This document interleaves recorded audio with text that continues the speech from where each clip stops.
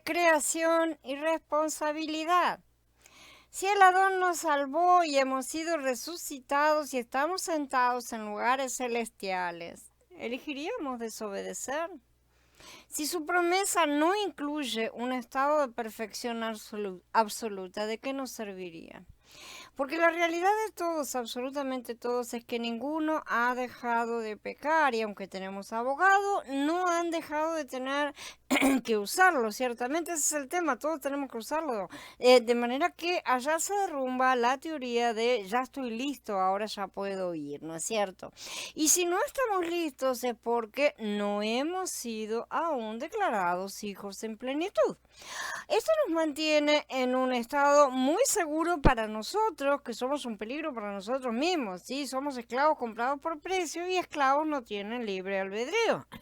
Los predicadores afirman que cuando Elohim hizo al hombre, en primer lugar lo dotó con libertad de voluntad, la capacidad de aceptar el amor de Elohim o rechazarlo, de guardar las leyes de Elohim o romperlas, así que la decisión aquí y ahora es una decisión final. Pero siempre dejan de lado el detalle pequeño, el tonto detalle de la caída. Como ya vimos, cuando Adán cayó, se vendió al pecado y no solo él mismo, también a su mujer y los hijos que produciría.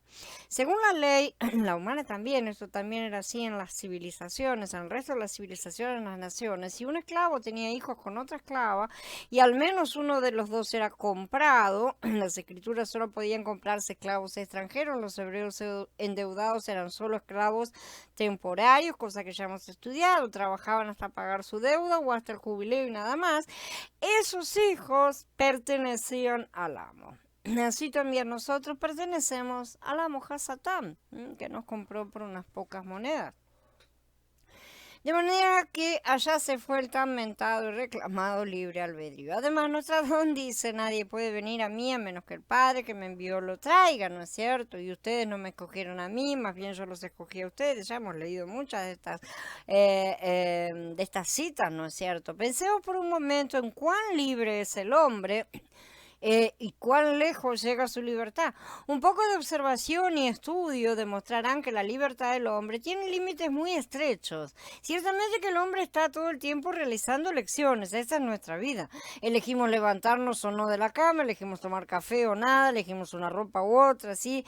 Esto no tiene nada que ver con el libre albedrío, señores. Eso es una capacidad muy básica de decisión a respecto de cosas cotidianas. Esto mismo lo podemos extender a todos los ámbitos sobre los cuales ejercemos hasta cierto punto un cierto control. Y para que quede claro, ese control es siempre limitado. Por ejemplo, yo puedo elegir una carrera para estudiar, ¿sí? Pero no sé cómo me saldré hasta que no la termine. Mientras tanto, mientras estoy estudiando, yo no sé siquiera si la voy a terminar o no.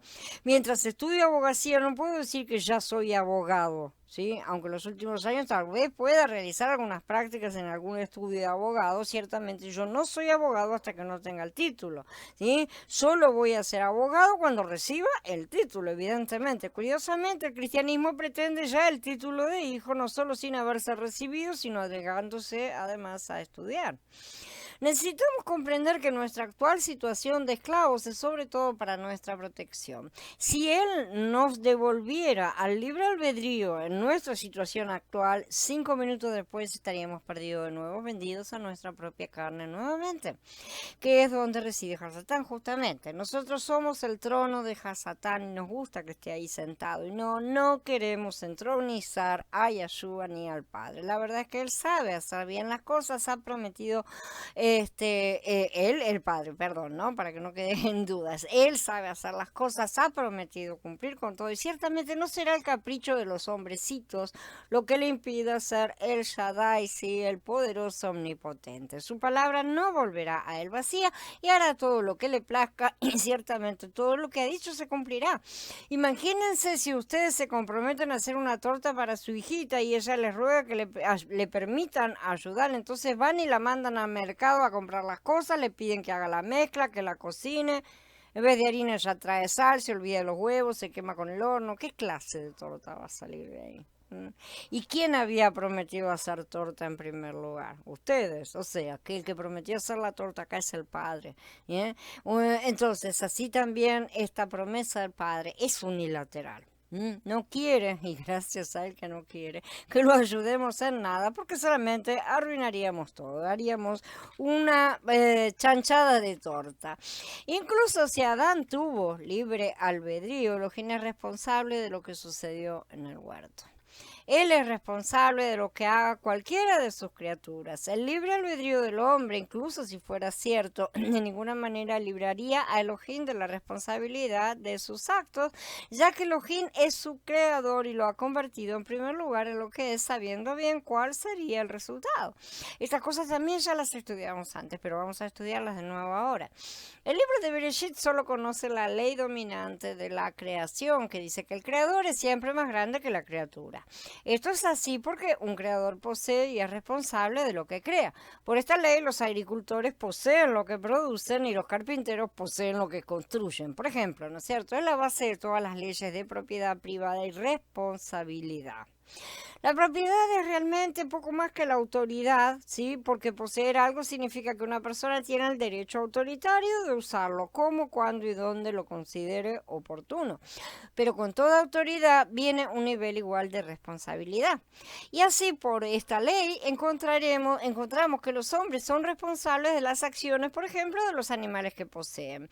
Dice Shemot 22, cuando alguien suelte sus animales para que pasten en el terreno de otro y permita así que se despoje un campo o una viña, debe hacer restitución por lo mejor de ese campo o viña. Si un incendio destruye la propiedad de alguien, el responsable es quien inició el incendio, ¿sí? Ya que él es el creador y propietario de ese fuego. Cuando alguien haga un fuego y este se extienda a las malezas de manera que consuma el grano amontonado o el que está en la espiga o toda la siembra, el que comenzó el fuego debe hacer restitución. También el Shemot 22. Estas leyes de responsabilidad solo derivan de la ley original y más fundamental de la creación porque se utilizan para determinar la responsabilidad justamente. Es evidente que el hombre fue creado con un potencial para pecar, por lo menos un 50%, sí, para ser equilibrados. Yahweh pudo haber creado al hombre en un estado perfecto, incapaz de pecar. Los creyentes también están generalmente de acuerdo en que Elohim hizo esto deliberadamente, que no fue un error o un descuido de su parte. De hecho, era necesario que el hombre tuviera un potencial para pecar porque no se puede extirpar el cáncer que no se manifiesta. También aprendemos de Bereshit que Elohim colocó a Adán y Javá en el Edén, que contenía tanto un árbol de la vida como un árbol de conocimiento del bien y del mal, ¿sí? Además puso en ese jardín un tentador, ¿sí? O quizás algunos prefieran decir que permitió a un tentador invadir el jardín, tanto da. Él estaba al tanto de las cosas. En cualquier caso, nadie debe negar el hecho que el tentador entró con el conocimiento de Elohim. Y el hecho de que él podría haber evitado esto, si él hubiera elegido hacerlo, eso también es realmente una realidad. Así que Elohim creó al hombre con el potencial de pecar, le dio al hombre la oportunidad de pecar y luego permitió que el tentador provocara el pecado. El libro de Bereshit cuenta esta historia sin pensar en objeciones o argumentos. Sin embargo, si estudiamos la ley divina que fue dada a Moshe, encontramos algunas objeciones morales serias que deben ser superadas. La mayoría de los creyentes construyen su filosofía de los orígenes del bien y del mal basándose en el argumento de que Elohim no obligó a Adán a pecar, sino que lo permitió. ¿Sí? Que tal permiso de parte de Elohim es necesario para preservar la integridad de Elohim y la libre voluntad del hombre. Entonces se mantiene todo en un equilibrio agradable a la carne. Este razonamiento tiene algún mérito, por supuesto, a nivel humano, ¿sí? Implica un pensamiento más elevado que lo básico porque muestra que las personas quieren preservar la integridad de Yahweh, por lo menos. Sin embargo, el argumento de que Yahweh simplemente permitió que el pecado ocurriera realmente no resuelve por completo el problema. Solo reduce el problema en última instancia. En el fondo, esto es algo que molesta a muchos. Podemos decir que él no provoca, pero que permite, y entonces la cuestión pasa a ser, ¿por qué permite? Jacob nos da un principio general de la ley divina que se aplica a esta situación. Por lo tanto, para el que sabe lo que se debe hacer y no lo hace, para él es pecado. El hecho es que somos el guardián de nuestro hermano, ¿sí? Como dice Bereshit, si está en nuestro poder evitar que nuestro hermano resulte herido o sufra pérdida de alguna forma, ¿no es cierto? Podemos estar ayudando y no ayudamos, somos responsables de la pérdida del otro. Cuando se aplica al hombre, cuya meta es la obediencia a la voluntad de Elohim, el no cumplir con esta ley es pecado. Sin embargo, cuando se aplica a Elohim es un poco diferente porque él opera sobre el plan divino, la intención general, el plan para la historia. Por eso debemos tener en cuenta que aunque Yahweh incurre deliberadamente en irresponsabilidad, está dentro de su plan hacer esto. El libre albedrío que entregó al hombre fue una irresponsabilidad, pero aún así él ya tiene el plan completo para utilizarlo a nuestro favor y para su gloria. Por lo tanto, no es pecado para él, siempre y cuando él no falle en su propósito general. Eso es el pecado, errar en el blanco. No se trata de portarse bien o portarse mal. La definición principal del pecado es errar en el blanco, o sea, fracasar. Básicamente, nuevamente tenemos que plantearnos, empezar a pensar en el pecado en estos términos de fracasar, de errar y no de portarnos mal. En primer lugar, tenemos que hablar acerca de el buey en el hoyo. En Shemot 21 dice, cuando alguien destape un pozo o cabe un pozo y no lo tape y un buey o un asno caiga en él, el responsable por el hoyo deberá hacer restitución. Le pagará el precio al dueño, pero se quedará con el animal muerto. El propietario del pozo es responsable incluso si no forzó físicamente al buey a caerse en el foso, ciertamente. El hecho es que él permite que eso suceda cuando está acabando el pozo y no lo cubre, lo deja como un peligro potencial, ¿sí? Entonces abre la posibilidad. Él es responsable sobre la base de que pudo haber prevenido poniéndole la tapa, pero no lo hizo. Entonces él creó la oportunidad para que el buey cayera en el pozo y así la ley divina establece que el hombre que abrió el foso es legalmente responsable y debe pagar una restitución al dueño del animal. Al aplicar el espíritu de esta ley a la situación de Adán en el jardín, vemos que Elohim es tanto el dueño del pozo como el dueño del buey. El buey es Adán. Primero, Elohim cavó un hoyo porque creó una oportunidad para que Adán pecara. Yahweh no cubrió el hoyo. O sea, mucha gente dice, ¿por qué dejó los dos árboles? Bueno, haber sacado el árbol malo, por así decir, habría sido cubrir el pozo, ¿no es cierto? Pero él creó a Adán con el potencial de pecar, con el porcentaje tanto para una cosa como para la otra, creó un árbol del conocimiento que puso como prohibitivo y lo puso al alcance de Adán. Entonces él creó una oportunidad para que el buey cayera en el pozo, que es el pecado y la muerte.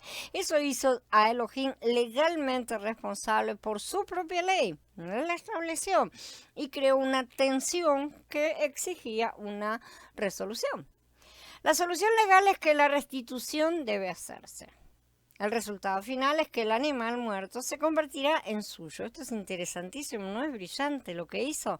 ¿Por qué tiene que pedir el cuerpo del animal muerto? Al final de cuentas no sería de mucha utilidad, ¿no es cierto? Pero él lo pone acá como una aclaración. Él se queda con el animal muerto y esto para nosotros es esencial. Así que Elohim compró al buey muerto, a Adán, ¿sí? Y todos los que murieron en Adán, y el buey se convirtió en su buey, ¿sí? No es por eso que vino Yeshua. Cumplió la ley comprando a todos los que murieron en Adán. Él vino a rescatar y reivindicar eso que estaba perdido y también a traer la restitución correcta.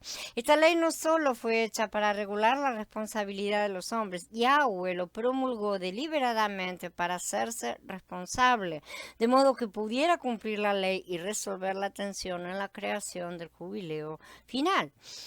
En segundo lugar, tenemos el consumiendo al campo. Cuando alguien suelte sus animales para que pasten en el terreno de otro y permita así que despoje un campo o una viña, debe hacer restitución por lo mejor de ese campo o esa viña. El propietario del buey es responsable, si no se puede o excusar diciendo no forcé al buey a que comiera toda la cosecha del vecino, ¿no es cierto? El buey lo hizo todo solito. No, el propietario es responsable simplemente porque él es el propietario. Entonces, ¿cuál es la parte responsable? La parte responsable debe pagar la restitución. La ley dice ojo por ojo, pero en este caso es campo por campo. ¿Sí? Yahshua dijo, el campo es el mundo en Matías, ¿no es cierto? Elohim permitió que una de sus bestias o criaturas, la serpiente en este caso, se alimentara en el campo de otro hombre. Además, el campo entero fue comido porque todos los hombres han sido consumidos por el pecado. ¿Qué tipo de hierba consumió esta bestia? Eran Adán y Jabá y en última instancia toda la humanidad porque toda carne es como la hierba, dice Kefá, ¿no es cierto? Acá había otra injusticia temporal, otra tensión que debía resolverse para armonizar las cosas. Elohim honró y mantuvo su propia ley de responsabilidad y lo mejor de su propio campo, Yahshua, ¿sí? Fue entregado al hombre como restitución. Esto hizo al hombre merecedor de lo que recibiría, no por derecho propio, sino por el que se sometió a restitución. En tercer lugar tenemos la barandilla en el techo. En la antigüedad las casas tenían escaleras que conducían al techo plano, ¿no es cierto? A la terraza, digamos, donde la gente podía disfrutar de la brisa del fresco del día. Y así se requería una barandilla como medio de seguridad. Cuando construyas una casa nueva debes hacer una baranda sobre el techo para que no traigas culpa de sangre sobre tu casa si alguien se cae de ella. Esto está en Devarim 22. Si empujáramos a alguien deliberadamente del techo y la persona muriera como resultado, seríamos responsables de un asesinato en primer grado y la pena sería la muerte. Pero si solo descuidamos construir una barandilla y alguien se cayó y murió, solo seríamos responsables por homicidio involuntario. La sentencia se reduce, pero aún seríamos responsables y deberíamos huir a la ciudad de refugio hasta la muerte del sumo sacerdote. Cuando Yahweh tu Elohim haya cortado las naciones cuya tierra Yahweh tu Elohim te está asignando y las hayas desposeído y te hayas establecido en sus poblados y en sus casas, apartarás 3 ciudades en la tierra que Yahweh tu Elohim te está dando para que la poseas. Medirás las distancias y dividirás en 3 partes el territorio del país que Yahweh tu Elohim te ha entregado, para que todo homicida tenga un lugar donde huir. Ahora bien, este es el caso del homicida que puede huir allí y vivir. Uno que haya matado a otro sin intención, sin que hubiera sido su enemigo en el pasado. Ese hombre podrá huir a una de esas ciudades y vivir.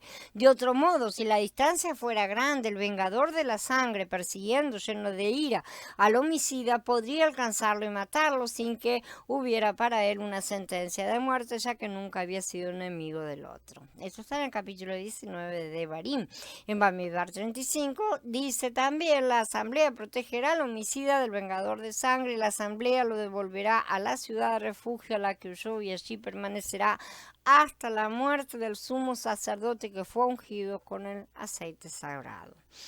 Cuando Elohim permitió que Adán cayera, y cuando permitió que el tentador tentara a Adán, dejó el techo sin la barandilla. Él no tomó las precauciones de seguridad requeridas por su propia ley, que habrían evitado que Adán y Jabá cayeran. De hecho, en su ley estas cosas son siempre agregadas después de las situaciones que ya han sucedido, levantando así la necesidad de esa ley. El patrón de sus leyes sociales sigue siempre la misma línea. Primero permite que el hombre se equivoque, perciba su error, entonces levanta la ley. Permitió que Jacob se casara con 2 hermanas, después de que él mismo descubriera lo malo que resultó ser eso, fue levantada la ley. Esto no es para levantar una ley con cada error nuestro, sino para que incorporemos el principio lógico de aprender de nuestros errores para evitar repetirlos, cosa que la mayoría no hacen, sino que disfrutan en repetirlos una y otra vez porque están muy lejos de buscar ser perfectos como Él es perfecto. Así entonces, cuando Elohim caminó en el jardín en el fresco del día, como dice el capítulo 3 de Bereshit, descubrió que Adán y Jabá se habían caído del techo. Entonces Yahweh se hizo responsable y el resultado fue una nueva tensión. Esta responsabilidad tendría que durar hasta la muerte del sumo sacerdote. Yahshua tuvo que venir como el verdadero sumo sacerdote del templo en el cielo y morir para librar a Elohim de la responsabilidad incurrida y tocar la cuerda que nuevamente traería armonía a la esfera del universo. Tales leyes de responsabilidad son absolutamente justas a los ojos de Elohim y haríamos bien en cuidarnos en nuestros propios pensamientos y filosofías. El mundo ya está lleno de personas que se quedarían de pie observando cómo asesinan a alguien en las calles de la ciudad. Estos transeúntes no cometen realmente el crimen, no son los que sostienen el arma en la mano, por lo que creen que están exentos de cualquier responsabilidad, pero la ley de Elohim los hace responsables, porque no hicieron nada para evitar que el crimen se llevara a cabo. Son los guardianes de su hermano, pero no guardan nada. Mucho menos que un caso tan grave como el del asesinato, tenemos los asesinatos espirituales en los que los que se llaman creyentes se quedan mirando cómo los hermanos carnales se comportan carnalmente, maltratando las cosas al revés porque no las pueden entender, no hacen nada al respecto. Algunos piensan que la ley ha sido anulada, pero nunca se confirmó la ley tan firmemente como cuando Yeshua vino a morir para pagar la pena total que la ley exigía. Cuando Adán cayó en el hoyo que dejó abierto, Yeshua pagó el precio y compró al animal muerto. Cuando se consumió todo el campo, Elohim dio lo mejor de su propio campo, dio a Yeshua. Cuando Adán se cayó del techo en la casa que Elohim había construido sin barandilla, Yeshua, el sumo sacerdote, murió para libertar a Yahweh de la deuda de la ley. Entonces, ¿cómo puede alguien pensar que está libre de la responsabilidad que incluso Elohim se obligó a sí mismo a pagar? Él se sometió a su propia ley, ¿sí? Él primero se sometió a su ley. ¿Seremos nosotros tan caraduras como para decir que nosotros no necesitamos? No podemos absolver a Elohim de la responsabilidad diciendo, bueno, él no obligó a Adán a caer, Adán lo hizo solo por su propia voluntad. Esas son palabras humanas, carnales, naturales. Incluso si eso fuera cierto, la responsabilidad de Elohim solo se reduciría. Él lo creó, él es responsable. No sería eximido de toda responsabilidad, no según su propia ley, ¿sí? Ni siquiera según las leyes humanas. No sería asesinato intencional, pero sí homicidio culposo. ¿Quieren saber por qué se levantó esta ley que al final él sabía lo terminaría acusando? Para poder hacerse el responsable absoluto, porque Él es el único que puede resolver todas las cosas. Denle gracias porque así prescindió de todas nuestras voluntades y libres albedrío, que solo entorpecerían la solución y estaríamos perdidos, como ya estamos, ¿no es cierto?, cada vez que tratamos de seguir nuestras voluntades. Algunos pueden culpar al diablo, a la serpiente, y de hecho Elohim lo hace parcialmente responsable, ¿no es cierto?, porque la serpiente fue una de las partes que aceptó envolverse, pero una vez más la serpiente es como cualquier otra bestia que es creada y por lo tanto es propiedad de Elohim por la ley de la creación. También se tuvo que hacer responsable de eso. Al igual que el buey que comió el campo del prójimo, también la serpiente consumió el fruto de Elohim, en este caso Adán y Eva, ¿no es cierto? Uno puede culpar al diablo por hacer el hecho real, pero nunca se puede absolver legalmente a Elohim de toda responsabilidad, no según su ley. Para incurrir en responsabilidad legal, Elohim solo tenía que permitir que la situación ocurriera cuando él podía haberla prevenido. Y realmente, él, habiendo hecho él la ley y todo, sabía perfectamente que sí podía prevenirla. Sin embargo, esto no quiere decir que Elohim pecó al hacer esto. Pecar es no lograr una meta, no alcanzar algo, fracasar. Elohim no es un fracaso, señores. Todo esto fue incorporado en el plan. Elohim creó la tensión y la resolverá por completo, ¿sí? Y ya la resolvió en parte con el madero.